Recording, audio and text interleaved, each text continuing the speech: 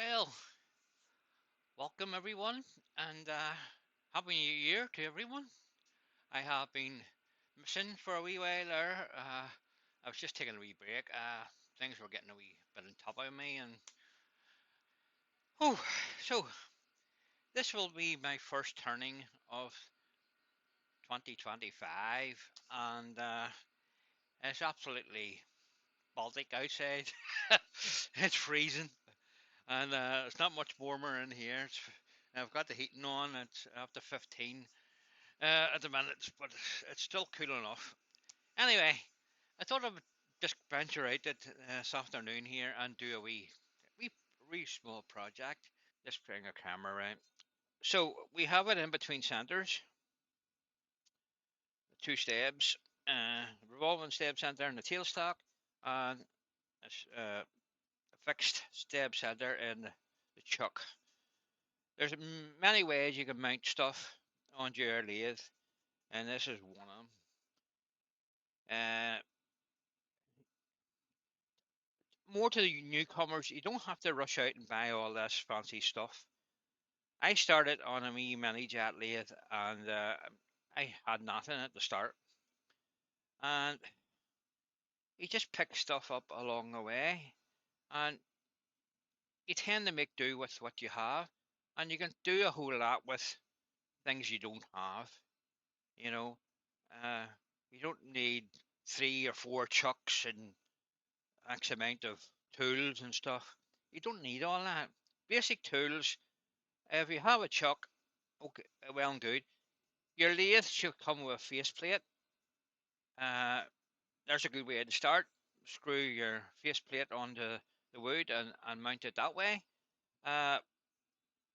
Because you'll be turning the bottom of a bowl or whatever you're making, so you will make uh, a chucking recess, either a tenon or a recess in it, to fit in your chuck if you have a chuck. Uh, we've got a bowl gouge.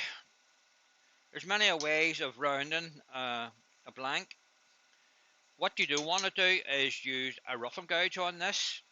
Okay, you want to be use a bowl blank or bowl gouge,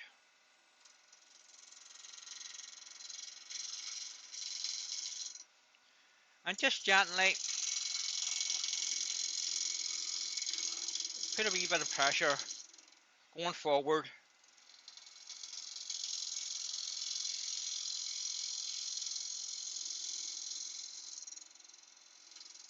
with your gouge. And you don't want to have to be moving your feet all the time. If you've got correct balance and your feet in the right position, you should be able to go from one side to the other without moving your feet. All I'm doing is moving my whole body over, and you can see the gouge is in here to my side. There's none of this here, out here, loose. This is asking for trouble. So you want to bring it, start your cut, a wee bit of pressure going forward,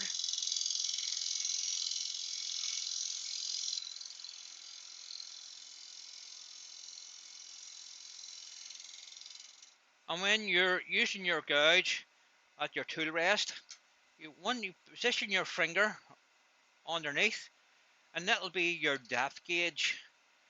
Get a finger and thumb on this, and just when you've got you where you want to be, you just follow along.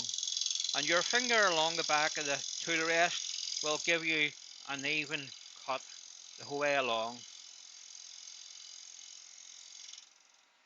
So I know there'll be loads of new new people to turning.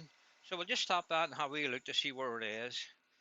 And we'll just go round and see if we've got all the wax off. Now, you're going to be turning end grain, face grain, end grain, face grain. There's no there's no way of avoiding that. So you can see that's quite torn out there. And as you bring it round to the other side, it's quite torn out. So we have our bow blank more or less round, but it's not flat on both sides here. So we'll just turn the lathe on again.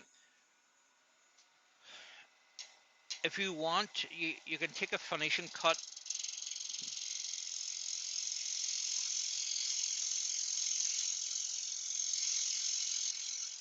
And this is a push cut.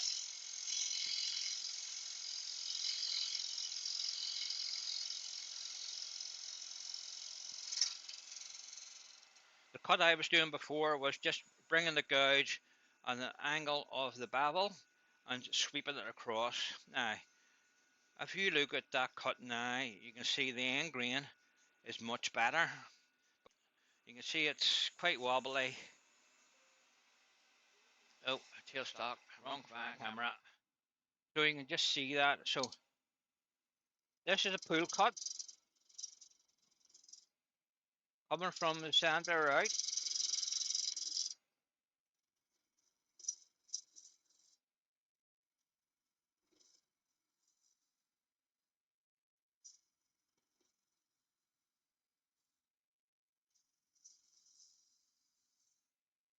And you can see that's running through now, nice and flat.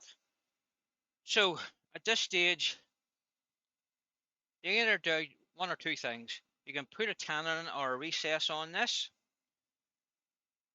and turn it around and put it in the chuck, and then you can start with your foot. So just to be showing you what I'm talking about, we're just going to make a tenon on this.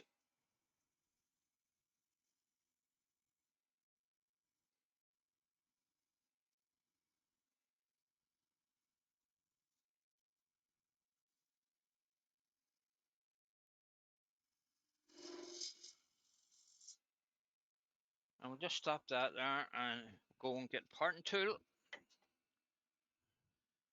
We want to make a nice and straight line into that. So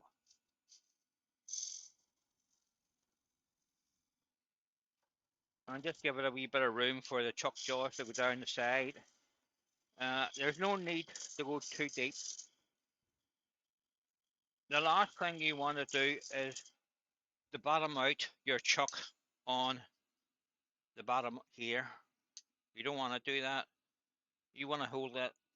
You want a nice flat surface here where your tool is hitting on that circle.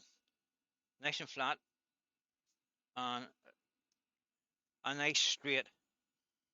And depending on what jaws you have on your chuck, some are straight and some are dovetailed. Just check and have a look. Slight dovetail on it, and you want to make it the corresponding shape. So I'm happy with that. I'm going to take that out between centers. We'll remove this slab center from the jaws. Put it away over there. And now we have a tenon. Okay. Some people like to make a recess, and that's removing all the timber and using the recess and expanding the jaws to the outside of your circle. There's nothing wrong with that. I don't like doing it because, especially if you're doing a thin bowl and you're putting pressure on this, if you can imagine expanding this, and there's any weakness in the timber at all, it will crack. And I've had that happen on me several times. So I'll just bring the overhead camera again. You mightn't be able to see this on camera, but I'm just going to point it out to you anyway. So there's our chuck jaws, and they're nice and flat against the nicely fresh cut surface of the wood. And you can see where I have stopped there. My tenon doesn't go right down to the bottom of this. You don't want to do that. That's called bottoming out on your jaws, and it can be a problem if you do that, especially if it's not flat and you bottom out. Uh, So don't do that. So we have it in the chuck. We have it on a tenon. We just have a wee run the speed up, see what it's like, and you can see that's running quite well. But out here, it's all over the place. So the other thing, when you have your tailstock up, it's a good thing. Use it where you can, because when you have to take it away, things can happen. Especially if you're on a big bowl and stuff. Use your tailstock when you can. If it's there and you can get it in, use it. Okay. I just want to drop my tool rest here a wee bit. You just want to be below center with your tool rest on your tool, and still a wee bit high. You're only talking millimeters here, okay? And just bring that across there. Okay, so we're going to shorten shape the bottom of our bowl here, okay? So we'll just bring that, and there's no need to straighten it here, because you're taking this timber away.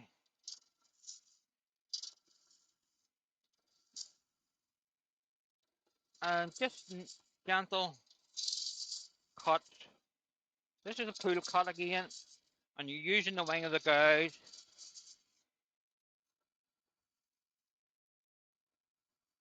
When I say using the wing, you're using about that part or there, just there, okay? And that's coming along and cutting the timber. As it comes round, it goes to more the tip of the gouge.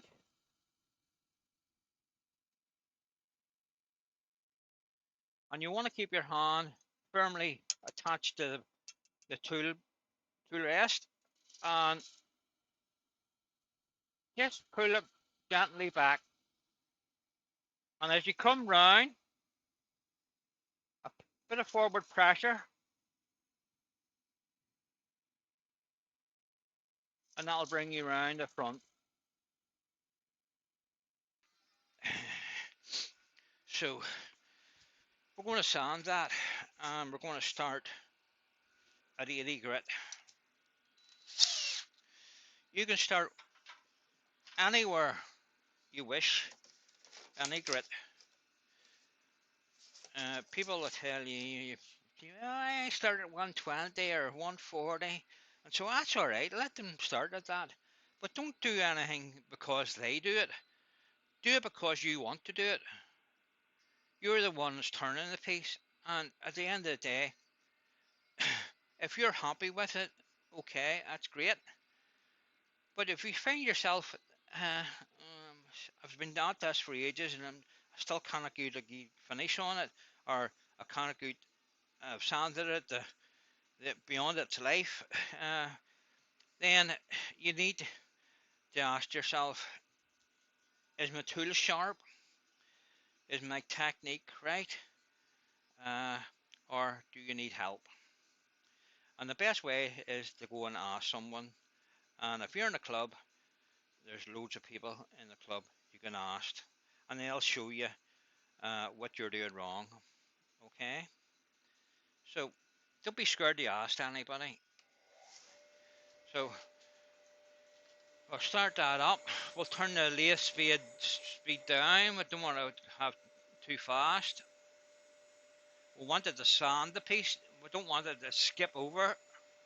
So I'm just turning that down to about 900 RPMs. And we've got the sander disc here, 80 grit.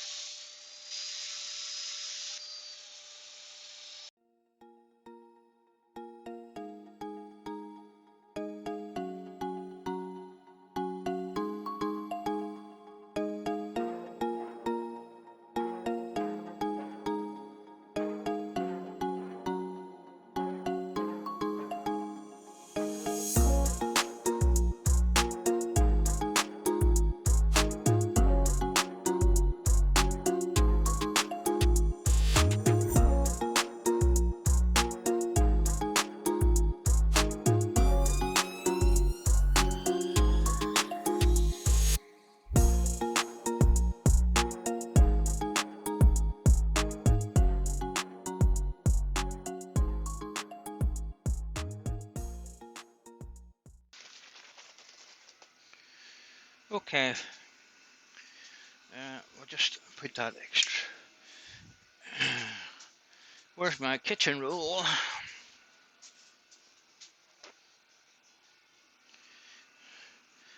Here's a tool here that's not really thought of. Kitchen roll. You don't want the stuff with the colours in it or patterns. You want the white stuff and the good stuff, not the cheap ones, because they'll just disintegrate on you once you start applying sand sealer to your piece. So I use plenty, and that is in plenty of it. Plenty is in the name, okay? Uh, so we'll just give it a wee squirt with the airline. People use uh, alcohol to clean the bust off and stuff like that. There, you can use methylated spirits if you wish. I don't do any of that. So I just apply sand sealer, and it's in a very liquid bottle because I mix my sand sealer with 50% of uh,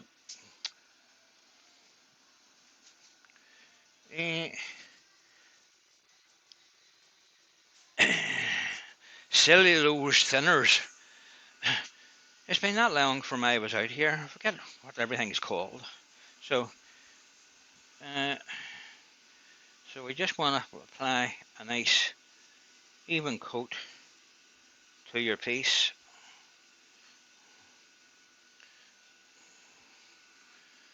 and we'll just turn the lathe on. And we'll just rub that in.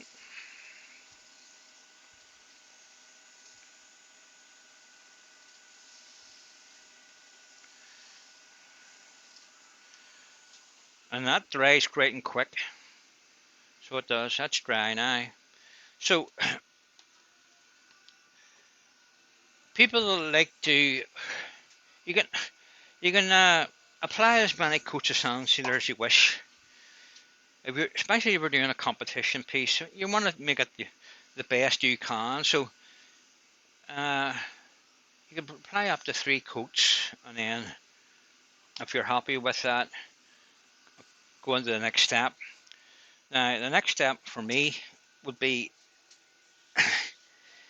and again you don't have to do this, use Yorkshire grit. It's in the sanding abrasive. So with applying the sand sealer, you've raised the grain a wee bit, and it might be a wee bit furry in places, or oh, that's nice and hard for once. So apply some sanding uh, true grit to your piece, and just rub it all over.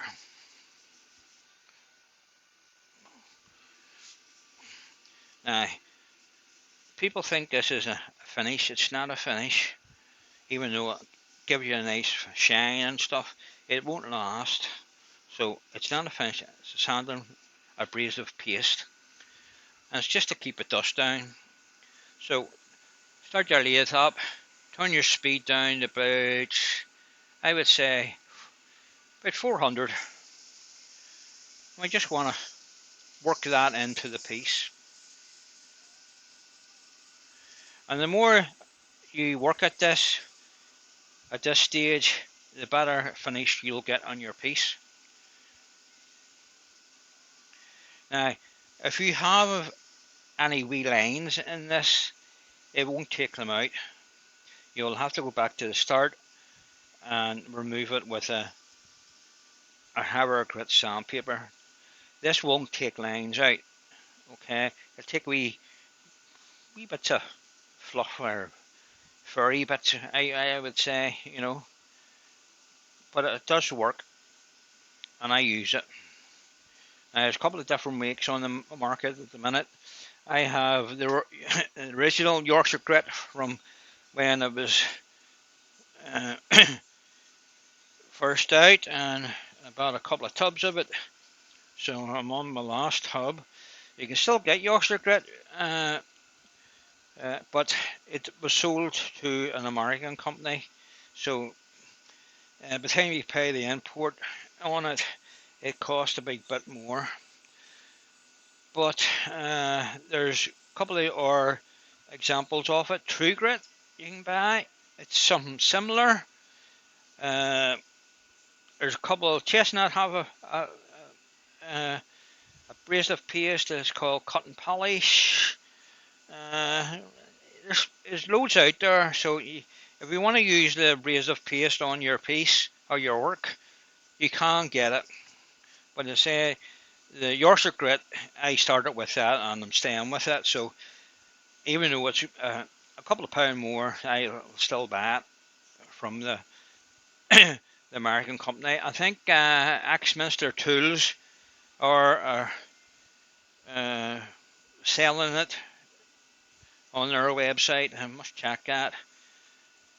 So they'll be buying it from Easy Wood Tools, who has now got the rights to it, and that's where it is at the minute in America, or is it Canada? I don't know. So you work that into the piece, and it looks all nice and shiny and stuff. At this stage, you must remove the excess paste off it. So find a nice clean spot on your kitchen towel and turn the speed up a wee bit. 1000 RPM would be fine, and just rub that with a wee bit of pressure, and you'll see the brown coming off on the paper. Now, when it stops coming off on the paper, you can be sure that you've removed all the excess stuff.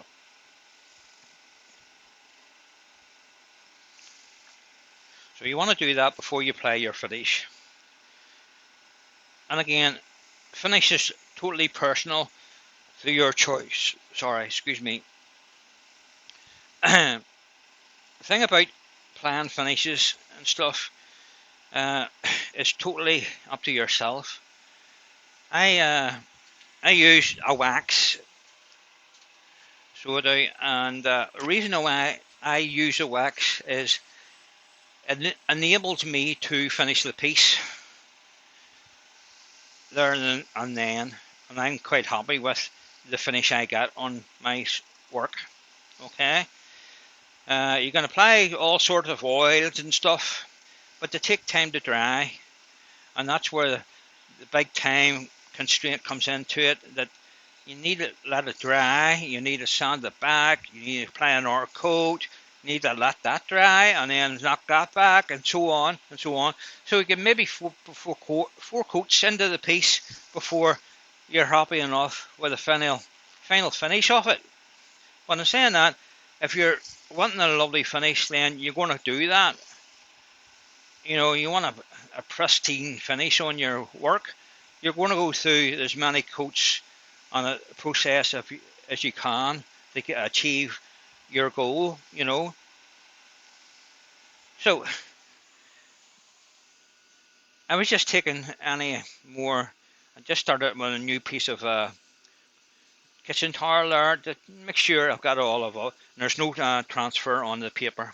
So just bear with me. I like putting my lid on my Yorkshire Grit. Now, there's loads of waxes on the market. I use microcrystalline wax from Chestnut. I find I like that, you know. And again, read the instructions on the tin. It'll tell you after applying it, you need to leave it for 10 to 15 minutes, let it dry in, and then buff it off. Now, you can apply more than one coat of Yorkshire Grit or the wax. I leave a wee cloth in mine, and it's all impregnated already, so you're not going and using loads and loads of this, because over the summer my tin melted inside. It was just like a big gloopy mess, and I put a wee rag on it, so that's soaking. And by leaving it in the tin, it'll never dry out. Okay, so the chance of you using a rag you've previously used, it'll be hard in places, and then you could score the surface of your piece. And you don't want to do that because you spent all that time sanding it and stuff. So I've got a nice coat of wax, and according to the instructions on the tin, about 10 to 15 minutes. But if you're like me, especially when you're doing demonstrations and stuff, like time is not on your side. Everything you do is a process and a strategy that uh, you want to follow to get the piece finished on your demonstration. You don't want to be all day and keep sitting in your armchairs drinking your tea for hours and hours. You want to get it done and let you see what the process you can follow and what you can do and how to go about it. So that's all I'm trying to do is show you how to go about it. There'll be people out there and they say, I know all that, and that's okay. But there's loads of people out there just starting into this wood turning, I was going to say business, but it's not business, it's hobby, into your hobby. Even though people try to make a living from it, it's hard to make a living from wood turning because there's that many people at it. And only the good ones will really make any money at it. But they're working hard for it. And don't apply too much pressure on it. You want to buff it and keep the pooper moving from around the. Don't keep it in one spot. Because what you'll do is heat it up and melt the wax.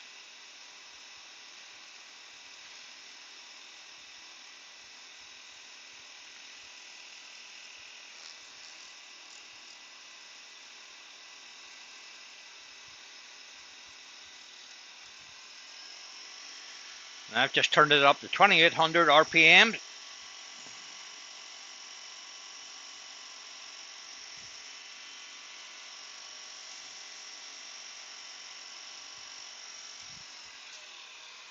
And there we are. We have a nice shiny bowl blank. Okay. And this is a piece of maple. And you can see the end grain there. It's a side grain, end grain again. So we're going to turn it around now. I've mounted it in the chuck and bring the center up and it lines up with the hole exactly. Okay? If yours doesn't, you have a problem. If you have a removable head, it could be out of alignment. You may have not cut your tenon as straight as you did, and that would throw you off a wee bit. So it's always handy to have a reference point to check it. Now you'll not see much difference on bowls, but if you're doing spindle work, it will show up quite easily. If your headstock and tailstock are not aligned, you know, you'll see it through the way. Okay, so we're going to remove the center of this. Again, there's loads of ways to doing that. It's entirely up yourself. People would drill a hole in here down to the depth they want it and then remove the timber. There's nothing wrong with that. I know a couple of people in my club who say it's cheating. It's not cheating. It's being sensible. And why struggle when you can do it an easier way? You can do it with a Forstner bit and it takes a chug. Just use your tailstock to wind it in. And so I'm just going to show you that because this is a thing you're not showing if you take lessons. You might be, but the majority of the lessons are concerned with beads and code and turning a bowl. I just got a wee Forstner bit here. So so this is a 20mm Forstner bit.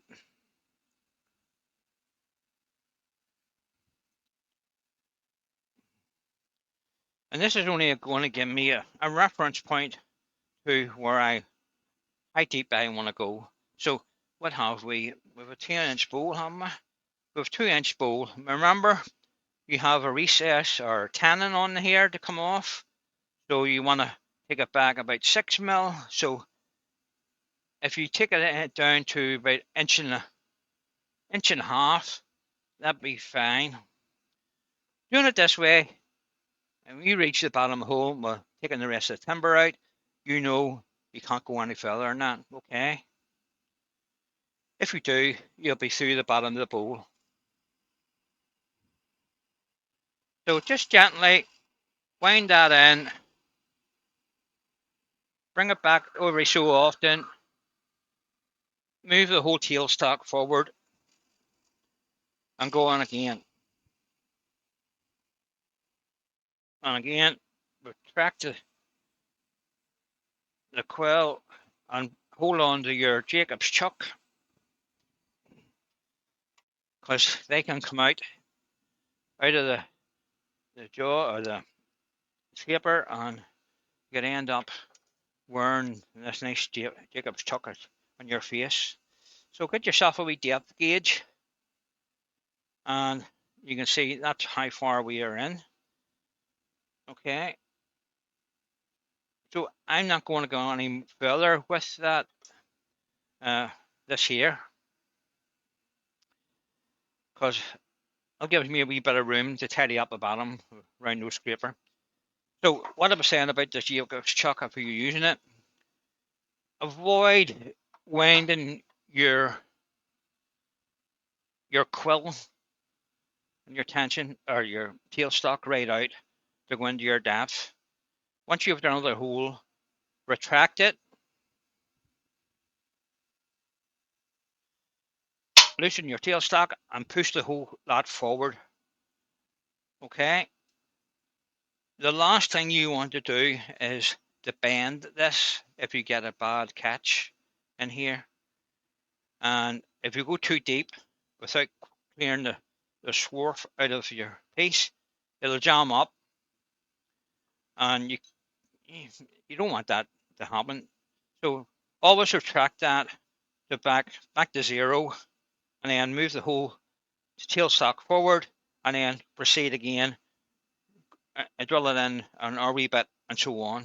Don't try to do it all at once, okay? And do hold on to this when you're retracting it.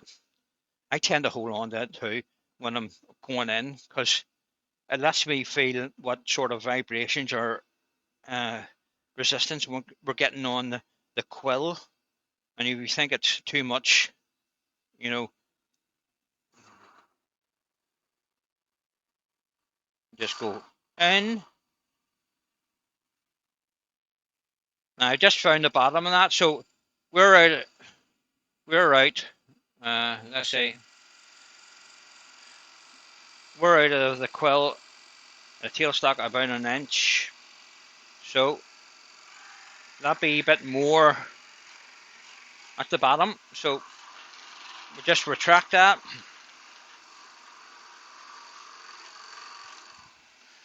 and that's us out. And take the piece out of, and then remove your Jacob's chuck from the tailstock.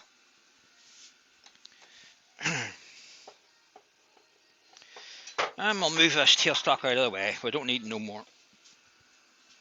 So we are now. I'm just going to bring that camera in a wee bit, because it's a wee bit far. That's better. So that lets you see a bit better. So we have our depth, and we have our wee measuring stick, and we're in about almost an inch. Why I stopped there is I want a wee bit of room to sweep it around with a round nose scraper to tidy it up. Because when you drill with the Forstner bit, it leaves a wee pivot point where the Forstner bit went in. So you want to remove that. Okay. So you want to give yourself a wee bit of room. Okay. So bull gouge,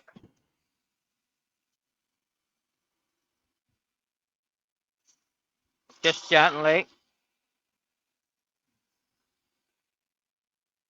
picking it up on the bevel and just sliding it in.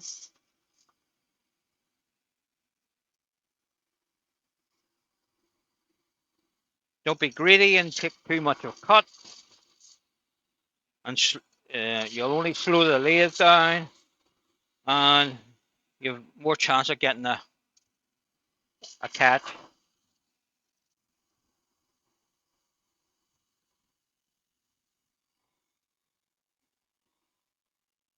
So when you're in the cut, I always like to stop a wee bit, especially when you're doing bigger bowls.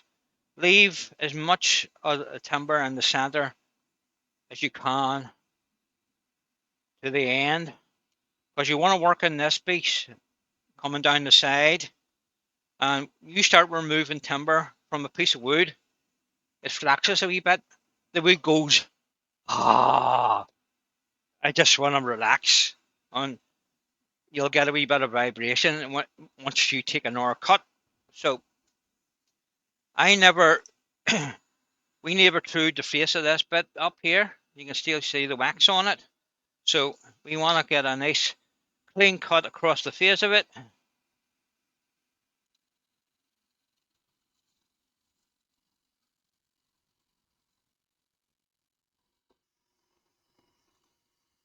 Now at this stage, you're starting to pivot on your body. So again, you want to be in the right position so that you can move round on your hip.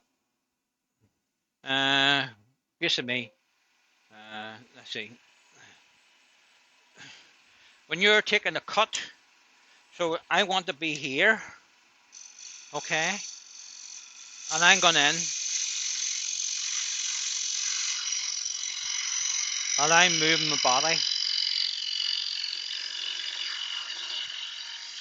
and just hold that firmly in place. This will move with you as you go down.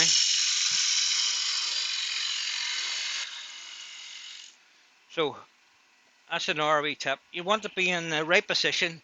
If you're having to move over here to do that, then you're not going to get a constant cut, and your cuts will be all different. So they will. Just put that camera back up. There. So we'll take a bit more out of this.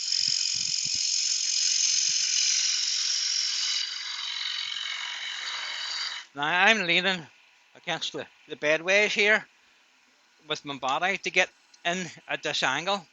If you have a headstock that moves, you can turn it around, facing out the way, uh, to make it a wee bit easier on yourself. I have a swivel head in mine, but it's a bit of a nightmare to get it back and forward, so I don't bother, just lean over the bed, and yes, I am moving my arm here, but once I get it back into my chest, I sort of move around here, and you have to stop. If you go any further than that, you'll get a catch, because you'll get a catch in this bit on wing here, because you're cutting, where's that pencil? You're cutting here. So as that comes round, it's moving up and up. If you get to this point, you'll get a catch. So you don't want to do that. So at this stage, we want to remove some of this timber. Okay. And again, tools into my side. We're just pushing forward, using my body weight behind the piece, the tool, and just going forward.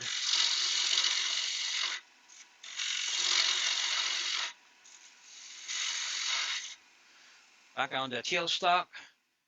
So we're coming down to the bottom of my drill hole.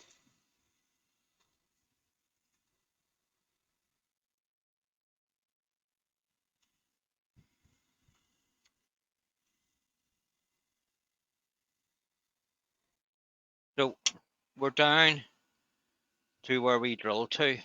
Now, if you feel that with your fingers, there's quite a bit of timber there, so I can still go down a wee bit more. Okay, even though I stopped there, it's always be cautious on your depth. So we'll just remove a wee bit more from the center of that.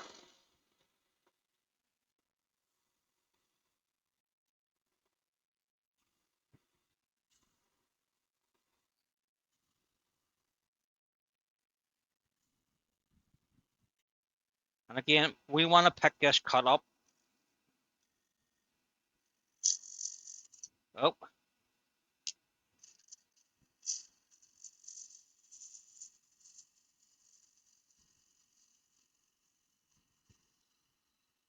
now we're following the shape of the curve.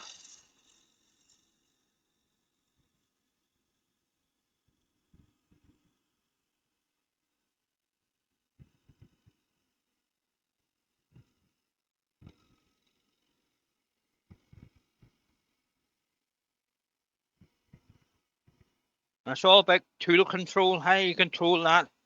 Just a nice gentle feed it in. Let the tool cut, don't force it.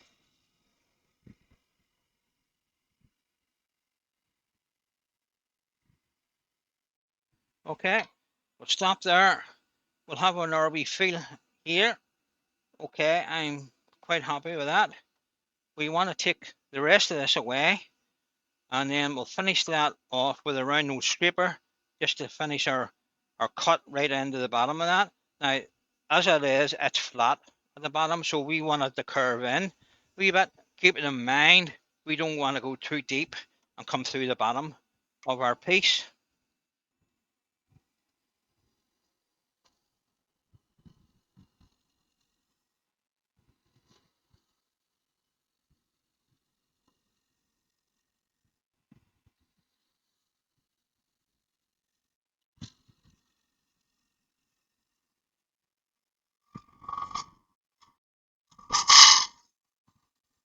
Getting a wee bit of squealing as you come down the wall there because it's so thin and it's sort of vibrating on the side wall.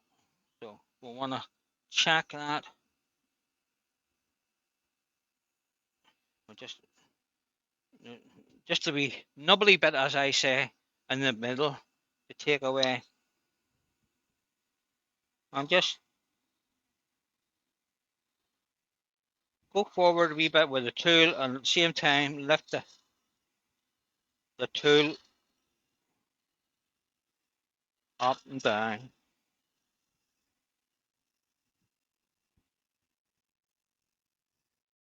Okay, and stop again. We're not removing an awful lot of timber. Just stop every now and again, have a look to see how it's going, and that's not too bad.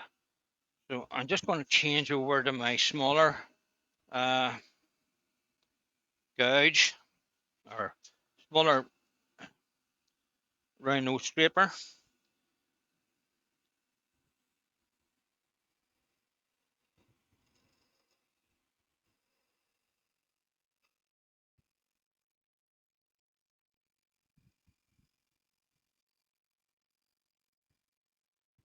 And the better control you have of this, the better finish you'll get of it.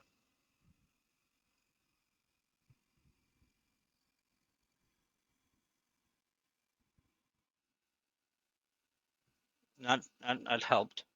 So I just want to put a final cut on the face of this.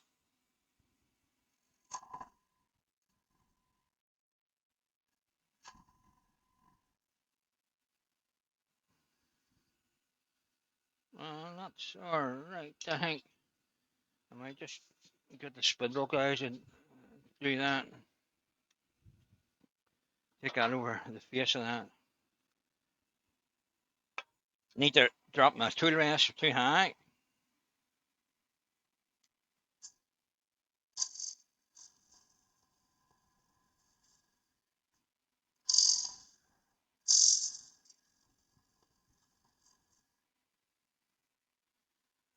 And what you're looking for is a nice clean cut across the front of it, and that's nice. And there's no chip outs or rough bits. So we're going to put those back.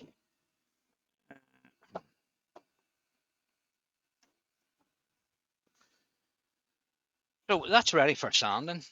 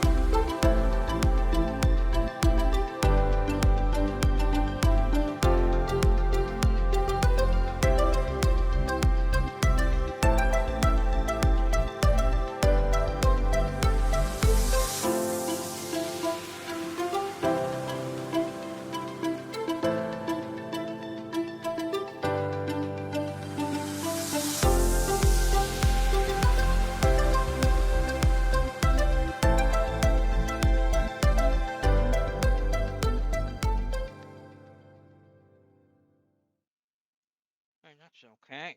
So again, just to finish off, as usual, a wee taste of Yorkshire grit.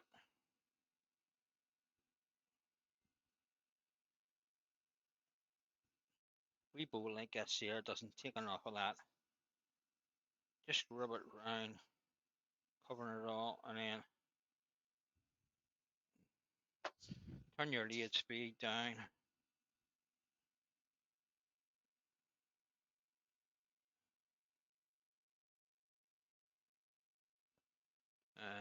That's 300 RPMs, and just gently rub that well in.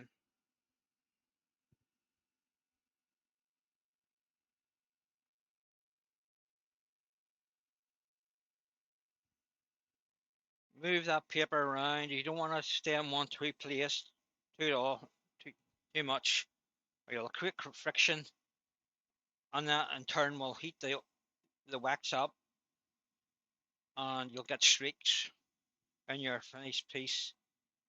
And you get those, you have to go back to the start and sand it again to get the streaks out. So you don't want to do that. So that's the inside and the outside finished. All we have to do is take the foot off. It's a nice wee bowl.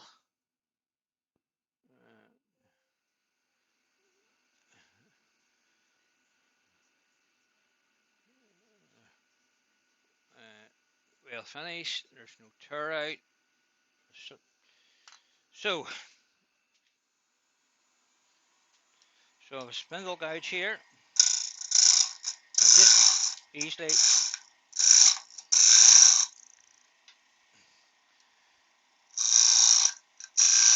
nibble away at that.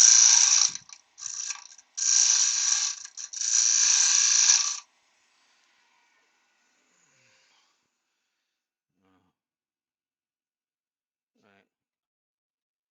Let's see where that needs to be. Ooh, it's going to be very close to the edge, so you might get away with it, Paul, he says. So,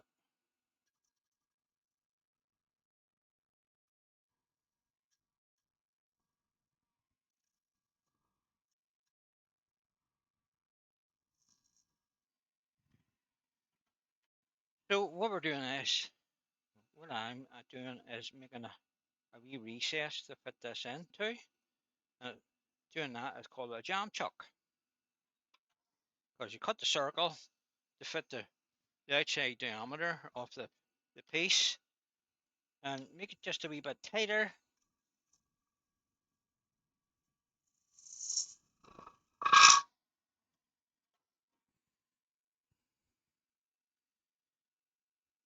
And just creep up to it, because if we make it too big, it won't stay in.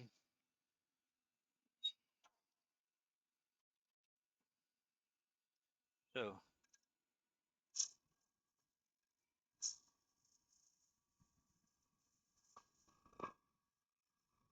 and the other thing to remember, what you're taking off here is being taken off all sides. So you think you're only taking a millimeter off, but you're actually taking twice that amount off.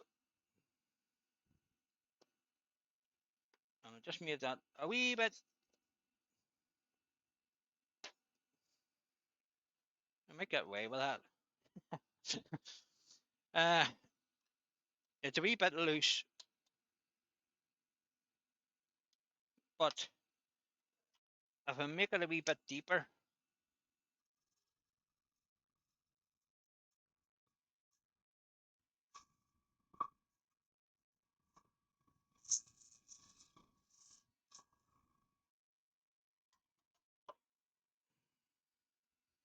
it should allow the timber to creep back in a wee bit. There we are.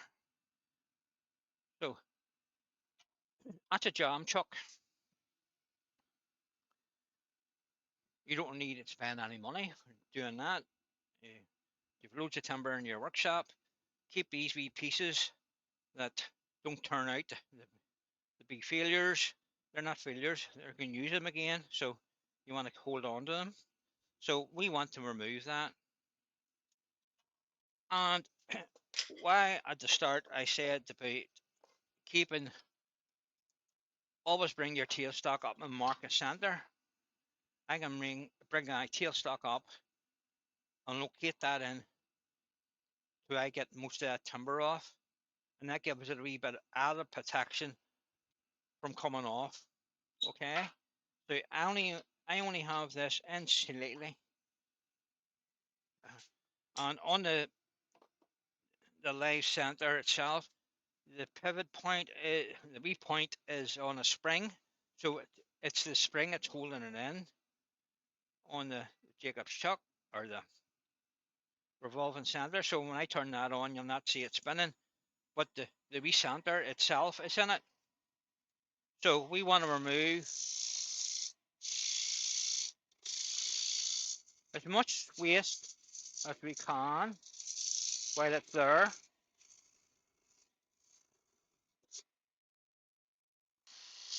See heavy handed on it.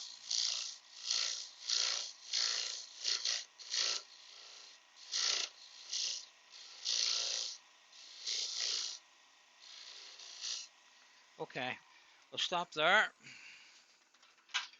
We'll remove that from there.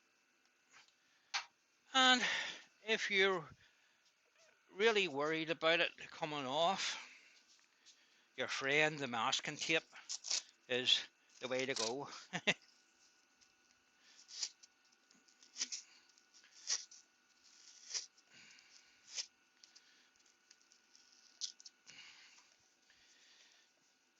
Just put a bit of masking tape around both ends so it's getting the piece you have in the chuck, and that'll hold that. Now remember, you're only taking light cuts off this, so you want to be as gentle as you can.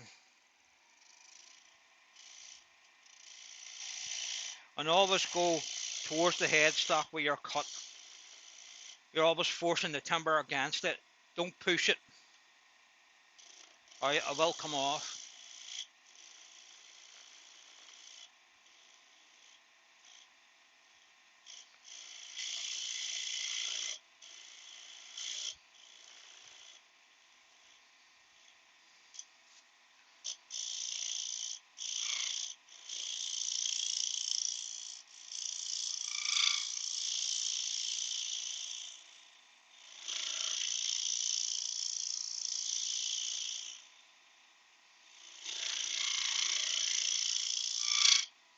Okay, so I just want to look at that and see what it's like. I'm going to use my round nose scraper to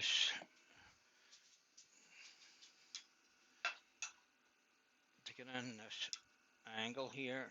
Just right. I'm not going to take it down that depth, so I'm going to cut that so it's running into the foot.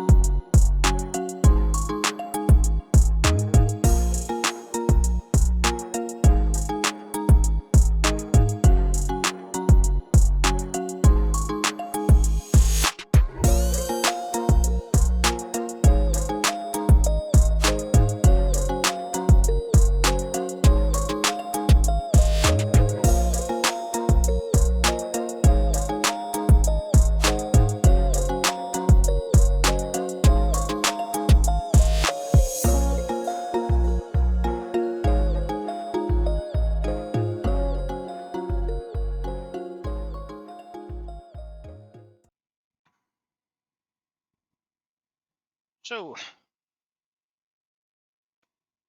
just give that a wee polish, and that's our wee bowl finished.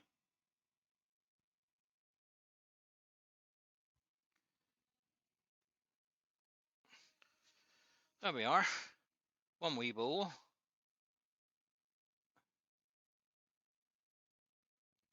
and that just shows you that another way of taking the foot off.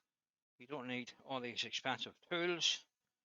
Uh, make do what you have, and you can make Jacob's chucks or oh, where am I? You can make jam chucks for all sorts of things, just not for bowls. You can apply it to hold wee small uh, lids and stuff. You know, if you had a wee lid like that, how do you hold that? So, same idea would apply. You would cut a circle and then apply that end to jam it in, and that let you take that a tenon or whatever you're holding it with off, because you probably have something on the other side. So that was a wee umbrella I was making, and you can't hold that with anything. If you're going to make something like that there and you're putting it right in, drill a hole through the bottom of that. Why, Paul? You can stick a pencil in, push it out. You know, tell me how you know that. I had one in one day, and could I get it out? And I was sticking tape to it and pulling it off, and it still wouldn't come out. So it was really in there, it was really stuck. So I drilled a hole through it, and the back of it, took it off the chuck and drilled a hole, and just stuck the rubber end of the pencil through the hole and pushed it out, and that brought it out for me. You know, there's loads and loads of ways of doing things. What I would say to you is, uh, there's lots of stuff on YouTube, and they don't show you an awful lot of the process. I like to try and leave it in the whole process, but in which case it makes the video longer, you know. But some people like that, and some people don't. they'll skip through most of the video to the end. So if you're doing that, guys, you bad people, you know, I I have been cutting the videos down for making really about 35 minutes, but you're losing a lot of the process in what I did. So the purpose of you watching the video is to show you how to go about it. So if I'm cutting half of that out, you're not really gaining anything. So I like to leave it in. So for 2025, I'm going to leave most of my content in. And I'm just looking at the time clock on my recording here, and it's telling me uh, an hour and 53 minutes, okay, to make that wee bowl, plus all the waffle I've been talking. So, guys, that's my first piece the new year, and actually, it's just a wee trinket bowl for putting your change in or something. It's not a big thing. It's not a big project, but they don't need the big projects. These pieces are all helping you develop your wood turning. Should it be a small piece, a big piece? It doesn't matter. Why spend X amount of pounds on an expensive piece of timber to make a mess of it, and then you feel bad on yourself that you made a whole holics of that, and it gives you a bad feeling and sense of well-being. You don't want to dwell on it too much. The whole point we turning, if you're doing it as a hobby, go to your shed, turn something, and if it works out, it works out. But should it not work out, you know where you went wrong. And if you don't know where you went wrong, then you need to speak to somebody, ask them for their help, and they'll be able to too glad to point you in the right direction. Uh, Now, saying that, there is some turners out there won't tell you a thing. Uh, you ask them how you made that. Oh, can't tell you that. Why? You know, or what finish they use. I can't tell you that either. It's a secret. They're out there, guys. Believe me. uh, we had one on our club, and he wouldn't tell you what sort of sand sealer he was using and what the ratio was. He mixed it to, and all, he mixed his own. He made his own sand sealer up and his finish. And he wouldn't tell us. So there's there's people out there who just won't share things with you, but there is plenty of people that will. And the best thing you can do is join a club, we turn a club, and go there and learn and see experienced demonstrators coming in. I don't know what most clubs are like, but my club, Ulster Wheat Turning, we bring a demonstrator in every month, and for 3 months of that year, they're they're all full day demos. So they'll be from further afield. They won't be from Northern Ireland. They'll be from England, Scotland, uh, maybe further afield, France, Germany. Uh, we have some good turners coming this year. Uh, uh, for demos to a club, and it's hard to get people to come to Northern Ireland for an hour and 2 hours. You know, for our normal day would be 2 o'clock to half four for an afternoon session. But if it's an all-day session, it starts at 9, half 9, through to half four. So we can do that better by bringing these people from further afield, and we always try to bring people that we haven't seen before. And saying that, you know, not seeing them or not knowing much about them is a good thing because you don't know what you're going to get. But if it turns out to be bad, you know, there you don't bring it back. You know, that's how you know. So we've had some great turners over the years in our club, and many of them are willing to share with the process of how they gone about making that thing. Uh, it may not be any interest to you, but you know it shows you what you can do. It's just not simple going out there, throw a bit of wood on the lathe and turn a bowl or a goblet or something like that.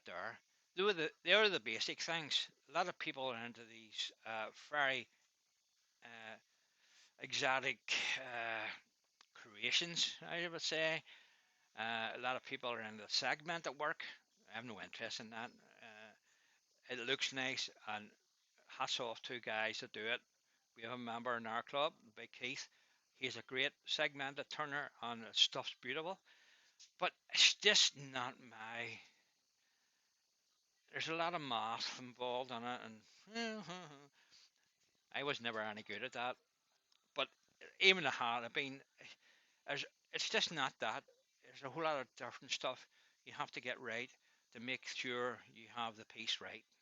So, what am I waffling about now, Paul?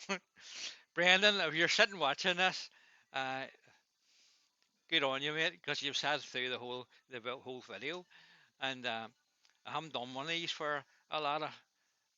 Oh, it must be um, maybe 2 years from I've done a waffle in one. He used to say to me on the Tuesday night, he says, Paul, I love your wee bits at the end because you can laugh. Well, you know, that's what it's about. You know, go out there, enjoy yourself, and have a bit of fun. And a lot of people take it too serious, but don't let them discourage you. Go out and do what you can, and you're going to progress if you take part in the club's competitions. And you may think it's a load of rubbish. Put it in. It's all about taking part. Get feedback on it, and you'll learn from it. If you don't do that, you'll not learn nothing. So that's enough of me waffling. So I'm going to say cheerio to you, and it's been great getting back out into the shed. I haven't been out for the last I think 6 weeks in the shop workshop doing anything. So it's a great to get out here today and to get my hand back into it. Uh, our club has moved from where we were in the weed shed. Now we're in the Open Arms Centre in Antrim here, and we have a great club. Now we are set up for teaching as well. We have 4 lathes, brand new lathes, and we are looking forward to people coming and taking lessons. And the best thing is to do is take a course uh, to get you into the nitty gritty of it. Uh, Spindle work and bowl turning. You need to learn the basics, and then you can go away from that and progress on your own. Or if you want to come back for more, you can. So this year we're going to try and establish ourselves in a bit of a teaching centre. We have well set up for teaching. So any turners in Northern Ireland here or anything, but thinking of taking lessons, get in touch with me. You can find me on uh, Facebook or Ulster Wheat Turning website, and the contact details are all there. So if you are interested in taking courses with Ulster Wheat Turning, please get in touch and we can help you do that. And as I say, it's all brand new stuff. It's brand new lathes, tools, the whole works, and we were well set up for teaching. And you'll be quite surprised when you see this place.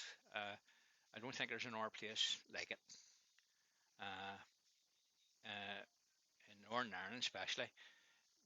The only person that's anything near to it would be Glenn Lucas, but he's a different kettle of fish altogether.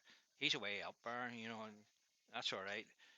Uh, but the setup is more or less the same. 4 lathes in a row. There's actually 5 lathes, but one's for the teacher, the demonstrator, to teach on. And if we can make it 5 because we have our club lathe, so we're 6 lathes in the place, and plus we have our own wee mini lathes as well if we need to do a hands-on day with any of the turners we bring over from England. And next year we're hoping to bring a couple of new turners, not new turners, but turners that we wouldn't normally have access to, and we're looking forward to getting them over. So we've a good lineup for this year, and I hope hopefully we'll have a great turnout and get our teaching centre well off the ground. We have had inquiries about uh, lessons, and it all came over the period of Christmas there. So until we're back on the new year in January, and we have our first thing on January. We have like a taster session for uh, some of our our members and members of the local church that would want to be involved in Wood Turning. So we've included them into. So uh, there's 4 of us, 4 people going for the first day coming up in January here, and then we're hoping to get the 30th and 31st will be the next course day for filling 4 positions for that. So it's all looking good, and uh, hopefully it'll all go well in 2025 for us. We've moved to this new premises because the woodshed is closing down. Sam and Linda are retiring, and we needed to find somewhere. And by chance, we came across this place by luck, and it's a great place. That's all I can say about it. You, you, you know, uh, once you walk in there, you're going to yourself, "Friggin' hell, what's going on?" You know, you could you could live in it. When I was doing bits and pieces up on it, I was never out of it. I just I'm just proud of it, and so is our committee. Our members are very proud of what we have accomplished from June when we got our hands on it and had to get it ready for September for opening last year, to hold our first demos in it and our club meetings in it. And we have done a lot of work to it, and to get it up to where it is, because it was empty for a long period of time, and it was just being used as a general storage for the church. And there, the church is more than glad for us to have it and to be see it being used and looked after, and that's what it's all about. So, in that sense, we were quite lucky to get this place, or else, yeah, I don't know what we would have done.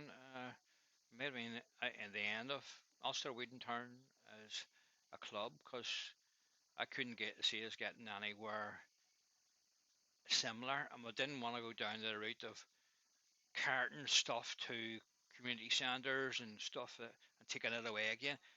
It's just not worth it, and it's a lot of work involved in transporting, setting it up, and taking it all away again, and storage for it. What do you put it for a month? And we have our club on a Tuesday night.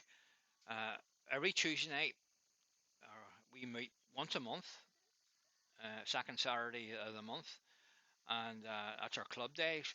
But Ulster returning on a Tuesday night, it's more about a bit of fun and having a bit of a laugh. Nobody takes it all very seriously. Uh, I demonstrate, and every I think we have about 20 signed up people now for to demonstrate on a Tuesday night, and it's just our members.